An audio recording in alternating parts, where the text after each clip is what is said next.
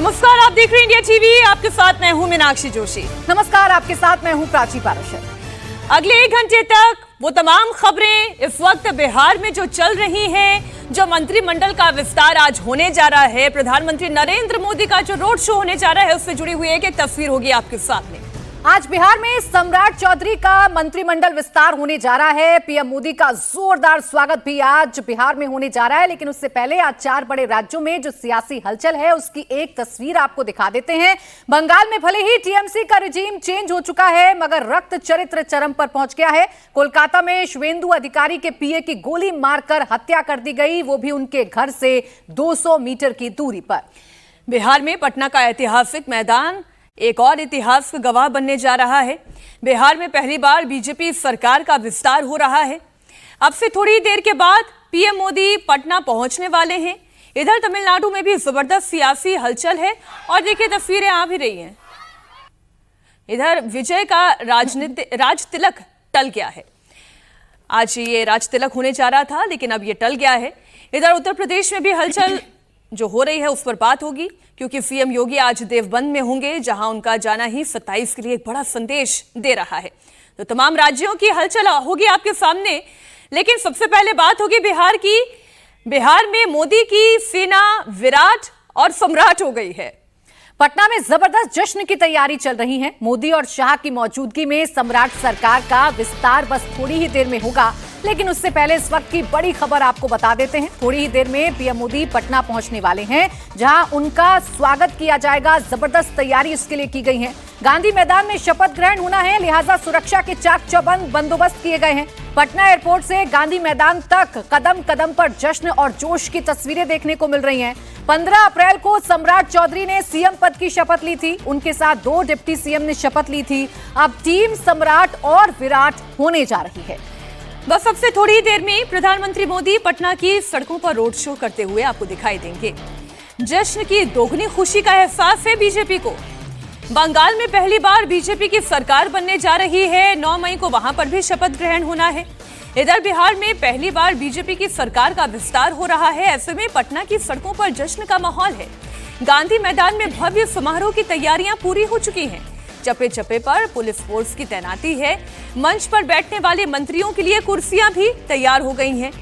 कुल 32 मंत्री आज शपथ लेंगे, जिनमें कई नए चेहरे भी शामिल हैं।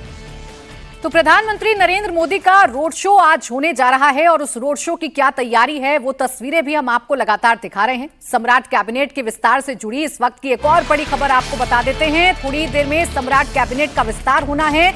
आज कुल 32 मंत्री शपथ लेंगे। पीएम मोदी की मौजूदगी में गांधी मैदान में थोड़ी देर बाद शपथ ग्रहण समारोह शुरू होने वाला है। अमित शाह, राजनाथ सिंह और नीतीश कुमार भी मौजूद रहेंगे। बस कुछ पलों के इंतजार के बाद पटना में मोदी का रोड शो शुरू होगा। फिर गांधी मैदान में बिहार की पहली बीजेपी सरकार के विस्तार की ऐतिहासिक तस्वीर भी आपके सामने होगी। ये बड़ा दिलचस्प है, क्योंकि जब सम्राट चौधरी ने शपथ ली थी उस वक्त सभी ये चर्चा कर रहे थे, ये तो बहुत बड़ा दिन था, ये इतना बड़ा ऐतिहासिक दिन था जब बीजेपी का पहली बार मुख्यमंत्री बन रहा था बिहार में, और इसके बाद भी इतना छोटा कार्यक्रम। तो शायद आज के दिन का इंतजार किया जा रहा था और इसलिए आज के दिन को इतने बड़े स्तर पर एक बड़े आयोजन के साथ मनाने का फैसला लिया गया। हमारे सहयोगी नीतीश चंद्र इस वक्त पटना के गांधी मैदान से ही जुड़े हुए हैं। एक तो पहले आप तैयारियों की तस्वीर दिखा दें। मंच किस तरह से सजाया गया है, कुर्सियां कहां लगाई गई है, कौन कौन से नए चेहरे आज कैबिनेट में दिखाई देने जाने वाले हैं। देखिए, पटना के जिस ऐतिहासिक गांधी मैदान में शपथ ग्रहण होना है, वहां पर काफी संख्या में भीड़ आ गई है, लोग आ चुके हैं। और देखिए कितने बड़े स्तर पर तैयारी की गई है, क्योंकि बंगाल की जीत के बाद काफी बड़े स्तर पर इस शपथ ग्रहण समारोह को लेकर तैयारियां की गई। इससे पहले जब मुख्यमंत्री ने और 2 डिप्टी सीएम ने शपथ ली थी तो बहुत ही छोटा कार्यक्रम था, और उसके बाद ही ये कहा गया था कि जो मंत्रिमंडल विस्तार होगा वो भव्य होगा, बड़ा होगा। इस बीच बंगाल की जीत हो गई और इस वजह से इसमें और बड़े स्तर पर इसको किया जा रहा है। खुद प्रधानमंत्री मोदी, गृह मंत्री अमित शाह, जेपी नड्डा जैसे तमाम बड़े नेता यहाँ पर पहुँच रहे हैं। ये अलग अलग जो आपको स्टेज नजर आ रहा है, ठीक इधर सामने की तरफ जो मुख्य मंच है वहाँ पर शपथ ग्रहण समारोह होगा, और वो मंत्री जिनको शपथ लेना है वो सभी मंत्री यहाँ पर पहुँच भी गए हैं। और प्रधानमंत्री नरेंद्र मोदी का रोड शो होगा। जब एयरपोर्ट से वो गांधी मैदान की तरफ आएंगे, रास्ते में अलग अलग जगह उनके स्वागत के लिए तैयारियां की गई हैं और यहाँ पर बाईं तरफ एक स्टेज पर सांस्कृतिक कार्यक्रम भी चल रहा है, जिसमें बिहार की जो सांस्कृतिक झलक है उसको दिखाया जा रहा है। यहाँ पर LED स्क्रीन लगाए गए हैं ताकि जो पीछे भीड़ है उसको कोई दिक्कत ना हो। रात बहुत तेज बारिश हुई है पटना में और इस वजह से थोड़ी दिक्कत हुई है, मैदान गीला हुआ, लेकिन रातों रात कोशिश की गई, किसी तरह से पानी को निकाला गया है और अब ये गांधी मैदान पूरी तरह से लोगों से भर गया है। लोगों को इंतजार है इस बात का जब प्रधानमंत्री नरेंद्र मोदी यहाँ पर पहुंचेंगे, उसके बाद शपथ ग्रहण का जो कार्यक्रम है वो यहाँ पर होगा। मंत्रियों की लिस्ट आ चुकी है, सभी मंत्री यहाँ पहुंच चुके हैं। कई नए नाम भी हैं इस बार, जिसमें खासतौर से यदि बीजेपी को देखें तो नंदकिशोर राम, मिथिलेश तिवारी, इंजीनियर शैलेंद्र कुमार और रामचंद्र राम, ये वो नाम है जो बीजेपी से पहली बार मंत्री बन रहे हैं। इसके अलावा जेडीयू में निशांत, नीतीश कुमार के बेटे, पहली बार जाहिर है मंत्री बन रहे हैं और इससे पहले उनको लेकर कई चर्चाएं होती रहीं, उनको मनाया गया, तैयार किया गया, डिप्टी सीएम की बात आई, लेकिन अब कल इस बात की अचानक चर्चा हुई कि निशांत को मंत्रिमंडल में शामिल किया जाए। तो निशांत, नीतीश कुमार के बेटे, आज इसी मंच पर मंत्री पद की शपथ लेते नजर आएंगे। इसके अलावा श्वेता गुप्ता, जो पेशे से डॉक्टर हैं, पहली बार विधायक बनी है शिवहर से, वो भी मंत्री बन रही हैं। बुलो मंडल, जो गंगोता समाज से आते हैं, पहले सांसद रह चुके हैं, इस बार विधायक के तौर पर जीते। नीतीश, जितने भी नए चेहरे हैं उन पर तो चर्चा करेंगे ही, साथ ही साथ निशांत की जरूरत क्यों पड़ी, निशांत की सरकार में एंट्री क्यों हो रही है, इस पर भी हम चर्चा करेंगे। हमारे साथ देवेंद्र पाराशर, हमारे पॉलिटिकल एडिटर, इस वक्त स्टूडियो में मौजूद हैं और वरिष्ठ पत्रकार अजीत द्विवेदी जी भी हमारे साथ स्टूडियो में मौजूद हैं। देवेंद्र, सबसे पहले आज जो तस्वीर हम पटना से देख रहे हैं, बीजेपी इसे ऐतिहासिक तौर पर सेलिब्रेट कर रही है, बड़ा जश्न मनाया जा रहा है। क्या बंग की जीत का इंतजार किया जा रहा था और इसी मौके का इंतजार था कि आज जब हम बिहार में अपनी सरकार को सेलिब्रेट करेंगे तो इतने बड़े स्तर पर तैयारी होंगी, रोड शो भी होगा और इतने गणमान्य लोग भी मौजूद रहेंगे? अपराची, ये जरूर था कि क्योंकि उस समय बीच इलेक्शन के दरमियान अगर इतना बड़ा कार्यक्रम आपको करना था तो उसमें न सिर्फ मंत्रिमंडल के चयन के लिए बड़े नेताओं को समय चाहिए था, माथापच्ची करनी थी। जैसा कि कल आपने देखा कि गृह मंत्री अमित शाह और बीजेपी के राष्ट्रीय अध्यक्ष नितिन नवीन जब वहां पर पहुंचे पटना में, तो तकरीबन रात 12 बजे तक सूची पर बातचीत हुई है, मंथन हुआ है। उसके बाद नाम फाइनल करके 12:15 के आसपास से नेताओं को फोन जाना शुरू हुआ जिनको मंत्रिमंडल में शपथ लेना है आज। तो एक तो वो चीज़ थी। दूसरा, इतना बड़ा जब आप आयोजन करते हैं तो उसमें बहुत सारे नेताओं का फोर्स भी लगता है, वर्क फोर्स लगता है और बिहार के बहुत ज़्यादा नेता बंगाल में ऑलरेडी काम कर रहे थे पिछले 2-3 महीनों से, तो उन सारी चीज़ों को डिस्टर्ब करके उस समय करने की जरूरत नहीं थी। सत्ता परिवर्तन हो रहा था तो एक सामान्य तरीके से करके और तभी यह तय कर लिया गया था कि जब मंत्रिमंडल विस्तार होगा तो वो बहुत भव्य तरीके से होगा, जिसमें प्रधानमंत्री मोदी, गृह मंत्री अमित शाह और बीजेपी के तमाम जो बड़ी लीडरशिप है वो वहाँ पर मौजूद रहेगी, जो कि आज है।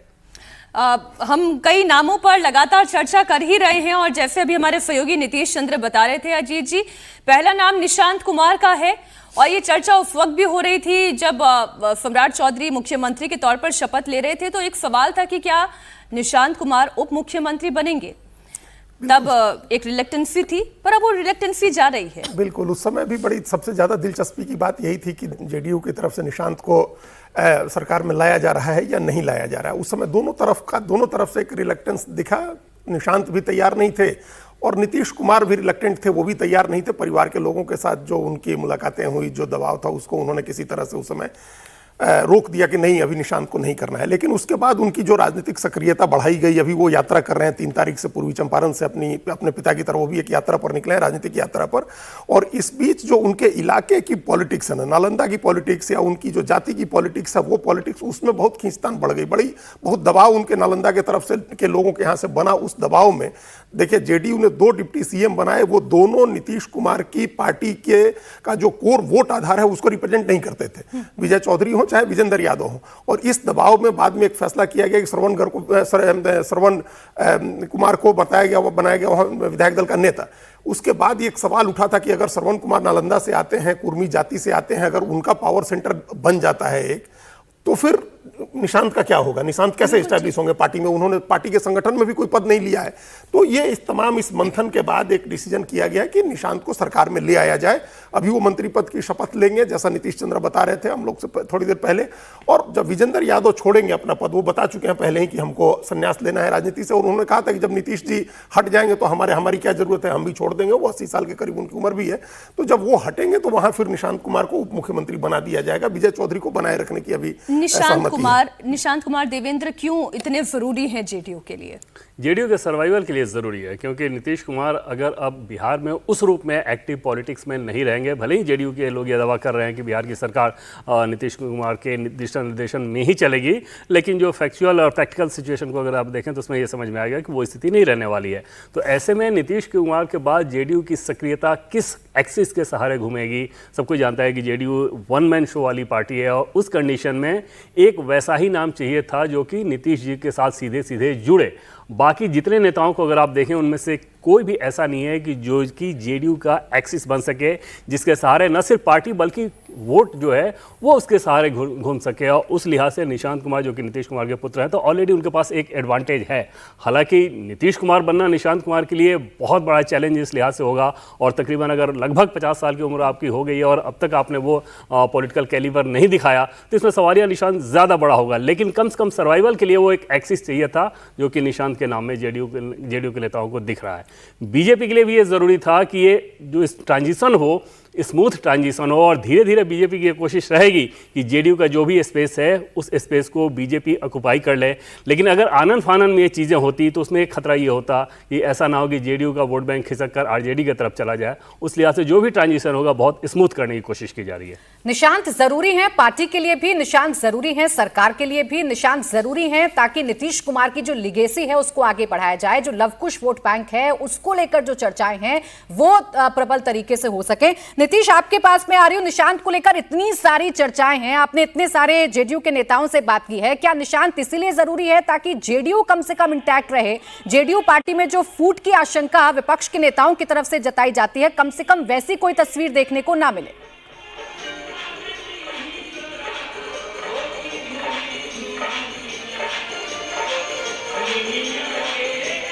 आवाज मिल रही है नीतीश आपको? चलिए नीतीश के पास हम जाएंगे, चूंकि वहां सांस्कृतिक कार्यक्रम चल रहे हैं। नीतीश, अगर आपको आवाज मिल रही है तो जो सवाल मैंने आपसे पूछा था, निशांत जरूरी है, ये हम सब जानते हैं, पार्टी के भीतर क्या चर्चा निशांत को लेकर हो रही है?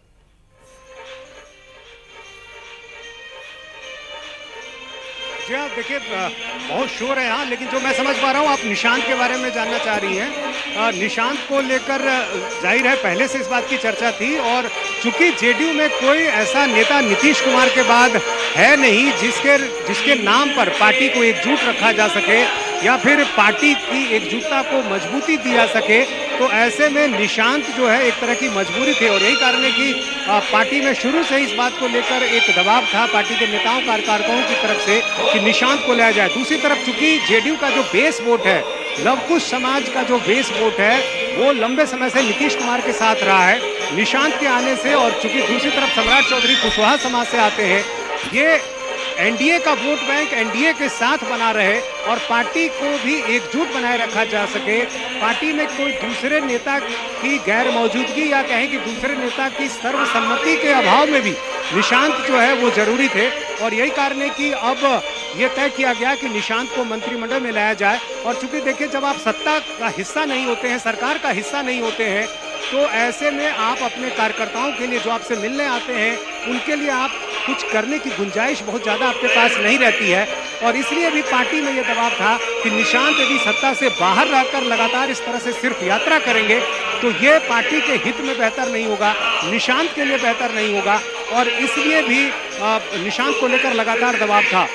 शुरू में जब मंत्रिमंडल बन रहा था, जब कहें मुख्यमंत्री का शपथ ग्रहण था, उस समय चूंकि तुरंत निशांत का आना शायद इस मायने में भी सही नहीं होता कि एक परिवारवाद का जो आरोप है कि वो सीधे तौर पर लगता है, हालांकि वो आरोप अभी भी लगेगा, लेकिन उस समय एक हिचक थी। और यही कारण है कि निशांत लगातार इनकार कर रहे थे, नीतीश कुमार भी इसको लेकर तैयार नहीं थे। लेकिन बाद में पार्टी की ज़रूरतें जो थी उसको देखा गया और उसके बाद ये तय हुआ कि निशांत को मंत्रिमंडल का हिस्सा बनाया जाए। तो बस थोड़ी देर में यहाँ पर शपथ ग्रहण होना है, जहाँ पर निशांत आपको नजर आएंगे शपथ लेते हुए। मेरे ठीक पीछे मंच की तस्वीर हम आपको दिखा दें, और मंच से ये बताया भी जा रहा है कि कौन कौन से मंत्री बनेंगे, कौन कौन से यहाँ पर आ चुके हैं। श्रेयसी सिंह को काफ़ी देर से फोन गया, इनको नाम को लेकर भी कई अटकलें चलने लगी, लेकिन श्रेयसी सिंह यहाँ मंच पर हमें नजर आ रही हैं। और प्रदेश अध्यक्ष संजय सरावगी एक एक कर सबों का परिचय करा रहे हैं। मंगल पांडे वो नाम है जो इस बार मंत्रिमंडल में नहीं है। बंगाल की जीत में उनकी भी एक भूमिका की चर्चा यहाँ रही है, लेकिन माना जा रहा है कि कोई दूसरी जिम्मेदारी उन्हें दी जा सकती है। संगठन में वो पहले भी काम करते रहे हैं, तो संभव है कि मंगल पांडे किसी नई भूमिका में नजर आए। लेकिन जो कई नए नाम इस बार नजर आ रहे हैं, तो जाहिर है सामाजिक समीकरणों को ध्यान में जाहिर है रखकर नीतीश, ये नाम एक तय एक किए नाम गए पर हम यहाँ पर चर्चा जरूर करेंगे, जिसमें एक नाम आपने श्रेयसी सिंह का, एक नाम मंगल पांडे का गिनाया। मंगल पांडे कैबिनेट में नहीं रहेंगे। श्रेयसी सिंह बड़ी देर में उनको फोन किया, वो कैबिनेट में रहेंगी। जेडीयू विधायक दल के नेता श्रवण कुमार भी सम्राट सरकार में मंत्री पद की शपथ लेंगे। नालंदा से विधायक श्रवण कुमार ने मंत्रिमंडल में शामिल किए जाने पर पीएम मोदी, अमित शाह और नीतीश कुमार का आभार व्यक्त किया। श्रवण कुमार ने कहा कि जितने पुराने मंत्री थे सभी आज गांधी मैदान में शपथ लेंगे।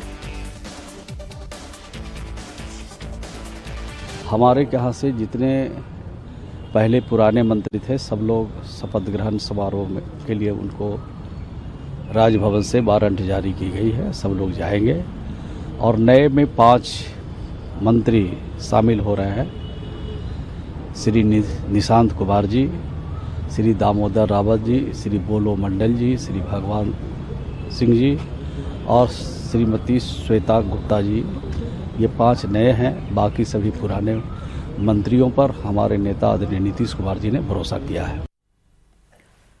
शपथ ग्रहण समारोह में शामिल होने पहुंची एलजेपी की सांसद शांभवी चौधरी ने कहा कि नई कैबिनेट विकसित बिहार के लिए काम करेगी।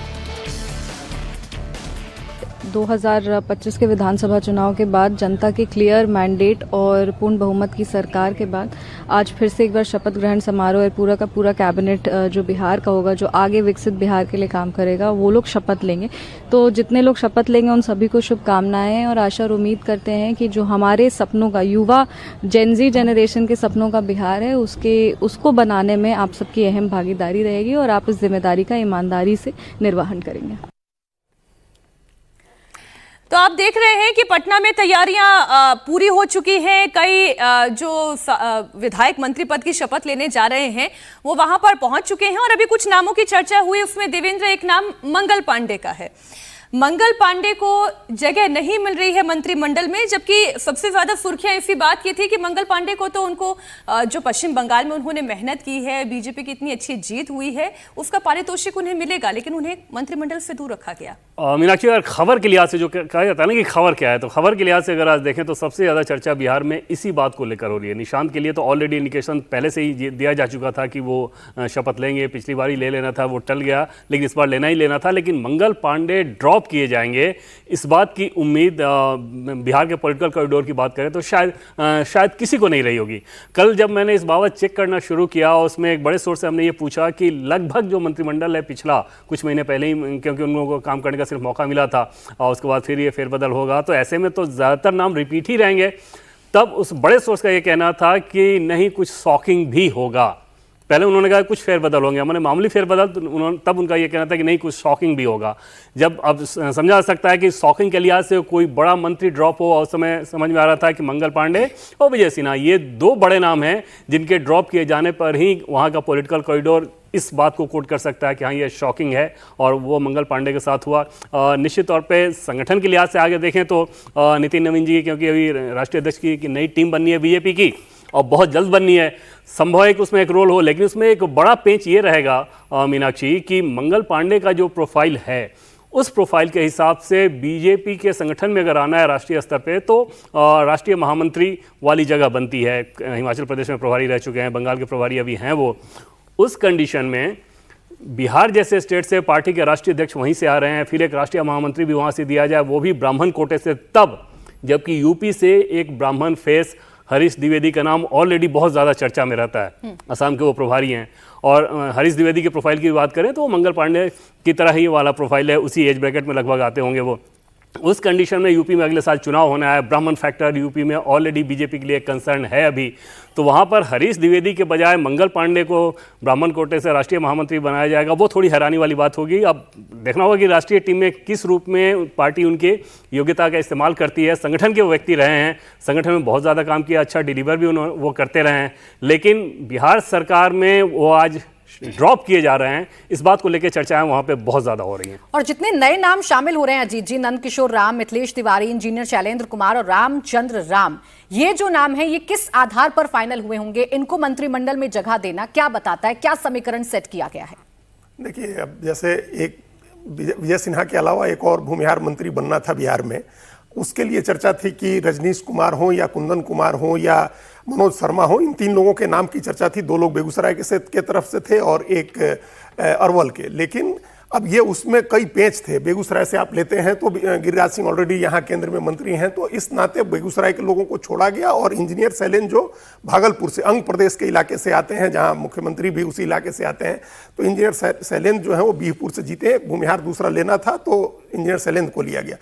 नंदकिशोर राम को देखिए, ये पहले जो पश्चिमी चंपारण से एक मंत्री बने थे उनको ड्रॉप किया गया और दलित समाज से, अनुसूचित जाति समाज से आने वाले, और ये जनक राम के साथ काम करते थे। जनक राम का नाम था जो कि इस बार वो मंत्री बनेंगे, पिछली सरकार में वो मंत्री थे, एमपी रहे हुए हैं, तो उनके साथ काम कर चुके हैं उनके सहायक के तौर पर। तो एक दलित चेहरा, और दलित चेहरे में भी रविदास समाज के एक व्यक्ति को लेके आना था, उस पर बीजेपी काफी फोकस कर रही थी, तो वहां से नंदकिशोर राम को लिया गया, वहां से उनको लेकर के आए। एक जो रामचंद्र राम आप कह रही, हमको लगता है वो रामचंद्र प्रसाद हैं, डॉक्टर रामचंद्र प्रसाद जो हैं, वो इधर वो मिथिलांचल के इलाके से उनको लिया गया। वैश्य समाज से आते हैं, तेली जाति से आते हैं, उनको उनका रिप्रेजेंटेशन एक देना था। तो ये कुल मिलाकर के क्षेत्रीय और सामाजिक दोनों समीकरण ध्यान में रखने थे कि एकदम उत्तर के तरफ से पश्चिमी चंपारण से एक नाम ले रहे हैं, एक हम लोग मिथिलांचल से देख रहे हैं, एक अंग प्रदेश से देख रहे हैं, अलग अलग जातियों को रिप्रेजेंट करने वाले ये लोग हैं। तो ये सामाजिक और क्षेत्रीय संतुलन साधना एक था, और दूसरा इनको किसी तरह से कामकाज का अनुभव हो, राजनीति का अनुभव हो और उस इलाके में अपना असर रखते हो। ये 3 नाम तो जो हमको अभी नए नामों में ये 3 नाम ध्यान आए, इनके बारे में हमने बताया। अगर कोई और प्राची, आप लेकिन आप जो समझना चाह रही हैं उसको इस रूप में समझिए कि एक लाइन में अगर आपको समझना हो तो कि ये सम्राट चौधरी की टीम है, ये सम्राट चौधरी के पिक हैं ये नाम। जैसे अगर मनोज शर्मा और इंजीनियर शैलेंद्र, ये 2 नाम थे भूमिहार कोटे से, सम्राट चौधरी के लिए बहुत ज़रूरी था कि उनके अपने पॉकेट में भी, वहाँ पे भूमिहार काफ़ी प्रभावी जात मानी जाती है, तो उस पॉकेट से कोई वैसा क्लीन छवि के व्यक्ति लें, प्रोफेशन से इंजीनियर हैं, तीसरी बार के विधायक हैं और बहुत ग्राउंडेड रख के काम करते हैं, बहुत परिक्रमा वाले नेता नहीं हैं, तो ये सारी खूबियाँ उनको सम्राट चौधरी के पसंद के तौर पे दिखाई। दूसरी तरफ मनोज शर्मा की बात करें तो वो नित्यानंद राय के करीबी बताए जाते हैं। बीजेपी के भीतर ये चर्चा रहती है कि अगर सम्राट चौधरी और नित्यानंद राय, इन दोनों के इक्वेशन कोई बहुत ज़्यादा सहज नहीं रहते, और उसमें समझा जा सकता है कि वो भी एक रोड़ा रहा होगा मनोज शर्मा के लिए और इंजीनियर शैलेंद्र के लिए बहुत आसानी से उस नाम को पिक करना। क्योंकि अब अगर आप आगे देखेंगी तो इंजीनियर शैलेंद्र के सामने एक बड़ा अवसर होगा कि इस मौके का फ़ायदा उठा के भूमिहार कम्युनिटी के आगे के नेता के तौर पे अपने आप को साबित कर सकेंगे। दूसरा विजय सिन्हा, क्योंकि ऑलरेडी लखीसराय से थे, तो फिर पास के बेगूसराय से दूसरा नाम को लेना वो संभव था नहीं। एक चीज़ और हो जाती है कि अगर deputy CM already Vijay Sinha होते तो फिर भूमिहार कम्युनिटी के दूसरे व्यक्ति को जगह नहीं मिलती। डिप्टी सीएम, ये फॉर्मूला बीजेपी में पहले तय किया गया था। जब डिप्टी सीएम वो नहीं रहे तो दूसरे व्यक्ति को भी जगह मिली, जो कि इंजीनियर शैलेंद्र के तौर पे नाम आया। गांधी मैदान में होने वाले भव्य शपथ समारोह के लिए बीजेपी के तमाम बड़े नेता पहुंचने लगे हैं। केंद्रीय मंत्री नित्यानंद राय ने इसे ऐतिहासिक क्षण बताया। बिहार के एनडीए सरकार के मंत्रिमंडल का विस्तार होना है, जिसमें माननीय प्रधानमंत्री जी, माननीय रक्षा मंत्री जी, माननीय गृह मंत्री जी, माननीय राष्ट्रीय अध्यक्ष जी समेत एनडीए के सभी वरिष्ठ नेता यहाँ उपस्थित हो रहे हैं इस ऐतिहासिक गांधी मैदान में। यह ऐतिहासिक क्षण है। जेडीयू कोटे से रत्नेश सदा भी मंत्री पद की शपथ लेने जा रहे हैं। वो कौन सा विभाग संभालेंगे ये अभी पता नहीं है, लेकिन उन्होंने कहा है कि जो भी जिम्मेदारी तय होगी उसे ईमानदारी से निभाऊंगा। एनडीए गठबंधन की नीतीश कुमार और सम्राट चौधरी की मंत्रिमंडल का विस्तार है, इससे बढ़ के खुशी कुछ नहीं है। आप भी मंत्री बनने जा रहे हैं, आपको फोन कॉल आ गया है कॉल, और हम तो नीतीश कुमार को आदर्श मानते हैं, उसके पग चिन्ह पर चलते हैं, इसलिए हमको कहीं कोई दिक्कत नहीं था, न कोई परेशानी था। कौन सा विभाग आपको मिलने जा रहा है? ये अभी हम नहीं बताएंगे, वो तो शीर्ष नेतृत्व फाइनल करेंगे। अभी रत्नेश सदा को आप सुन रहे थे और हम याद ही कर रहे थे कि जब उनका टिकट कटने की खबर आई थी तो किस तरीके से वो एकदम धरने पर बैठ गए थे, रोते हुए सीएम आवास के बाहर पहुंच गए थे। अभी आपने उनका भी बयान सुन लिया। सम्राट सरकार में जेडीयू से जिन नए चेहरों को शामिल किया जा रहा है उनमें एक नाम बुलो मंडल का भी है। बिहार के मंत्रिमंडल विस्तार पर बुलो मंडल ने कहा विस्तार तो प्रक्रिया है, ये तो होना ही है। शपथ के बाद सब अपने अपने विभाग का काम करेंगे। विस्तार तो वो प्रक्रिया है ना, तो विस्तार तो होना ही है। उसमें आज सभी आदमी ओथ लेने का काम करेंगे, फिर अपना अपना काम करेंगे अपने विभाग। चलिए देखिए अब सर, आप भी ओथ ले रहे हैं सर, कितनी बड़ी फोन आ गया है सर आपको? चलिए बिल्कुल बिल्कुल। तो अब देखिए बुलो मंडल से बातचीत करने की कोशिश की जा रही है। वो इसे एक स्वाभाविक प्रक्रिया भी बता रहे हैं। हालांकि तय नहीं है उनको कौन सा विभाग मिलेगा, लेकिन उनकी बॉडी लैंग्वेज को भी आप रीड कर लीजिए, उनके शब्दों को भी आप पढ़ लीजिए। अब बुलो मंडल पर ही अगर हम देवेंद्र चर्चा कर लें तो ये कितने जरूरी है जेडीयू के लिहाज से, और बुलो मंडल को शामिल करके कौन सा समीकरण जेडीयू ने साधा है? देखिए, अति पिछड़ा कम्युनिटी के नेता और पहले सांसद भी हो रह चुके हैं, और उस लिहाज से अपने पॉकेट में उनका एक बड़ा नाम है। वो अंग प्रदेश वाला इलाका जो उसमें कहते हैं, उसमें ठीक ठाक प्रभाव माना जाता है, और ये तय माना जा रहा था कि आज के मंत्रिमंडल की सूची में उनका नाम रहेगा। बीजेपी, माफ कीजिएगा, जेडीयू की ये कोशिश ये रहती है कि अति पिछड़ा वोट बैंक को हर क्षेत्र के हिसाब से साधा जाए। उनकी टॉप प्रायोरिटी जो रहती है वो वहाँ पर रहती है, वही नजर आ रहा है। तो बुलो मंडल के नाम में कोई सरप्राइज एलिमेंट हो वो नहीं था। जेडीयू के कोटे से अगर आप देखें तो श्वेता गुप्ता एक वैसा नाम है जो कि सरप्राइज के तौर पर सामने आया था। बाकी नाम एक्सपेक्टेड लाइन पर ही। पिछली बार जो मंत्री बने थे वो तो लगभग सभी के सभी रिपीट हैं, 5 नए और शामिल किए गए। श्वेता गुप्ता सरप्राइजिंग क्यों है? पहली बार जीती थी, हालांकि प्रोफाइल बहुत अच्छा है, लेकिन पहली बार जीतने पर ही सीधे आपको मंत्री बना दिया जाए वो थोड़ी हैरानी वाली चीज़ होती है। लेकिन ये मौका उनको मिला है, पार्टी के कुछ वरिष्ठ नेता उनमें पोटेंशियल देख रहे हैं और उस लिहाज से उनको आगे किया गया। प्लस महिला हैं, पढ़ी लिखी महिला, जेडीयू का महिला वोट बैंक ऑलरेडी एक खास ऑडियंस रहता है उनके लिए। अजीत जी, इस पर आप कुछ ऐड करना चाहेंगे? वो ठीक कह रहे हैं देवेंद्र जी। शैलेश कुमार उर्फ बुलू मंडल जो हैं, ये भागलपुर से एमपी थे और इन्होंने हराया था शाहनवाज हुसैन को 2014 में, जब जेडीयू 2014 में नहीं, ये जब शाहनवाज हुसैन 2014 में नहीं लड़े थे, उनकी जगह ये सीट इनको ये जीत के आए थे भागलपुर से ही, हमको लगता है भागलपुर से ही जीत के आए थे। हाँ, तो खैर वो उसके बाद ये हार गए थे लोकसभा चुनाव, और फिर वापस ये एक सीट है गोपाल मंडल की, जिस सीट से इनको गोपालपुर सीट से फिर विधानसभा का टिकट दिया गया, और वहाँ से ये एमएलए हुए हैं। गंगोता समाज से आते हैं और नीतीश कुमार के सामाजिक समीकरण में, जैसा देवेंद्र जी ने बताया, वो फिट बैठते हैं। श्वेता गुप्ता शिवहर से लड़ी थी, जहाँ एक बड़ी डायनेमिक सी लड़ाई हुई थी। आरजेडी ने वहाँ रितु जायसवाल को उतारा था, उनका एक बैकग्राउंड है और उनको उतारा था, इसलिए जो है। पर अभी जो बात देवेंद्र ने कही और जो बात आप भी एंडोर्स कर रहे हैं कि पढ़ी लिखी महिला हैं, पहली बार जीत कर आई, उन्हें कैबिनेट में पहली बार जीत कर रेखा गुप्ता आई, मुख्यमंत्री बन गई दिल्ली की, तो ये बीजेपी में होता है और बीजेपी ऐसी कैबिनेट तैयार करती है। एक छोटे से ब्रेक के लिए हम रुकेंगे। सम्राट कैबिनेट के विस्तार को लेकर पटना से लगातार एक एक अपडेट हम आप तक पहुंचा रहे हैं। प्रधानमंत्री नरेंद्र मोदी भी पटना पहुंच रहे हैं, दिखाएंगे लाइव तस्वीर इस ब्रेक के बाद।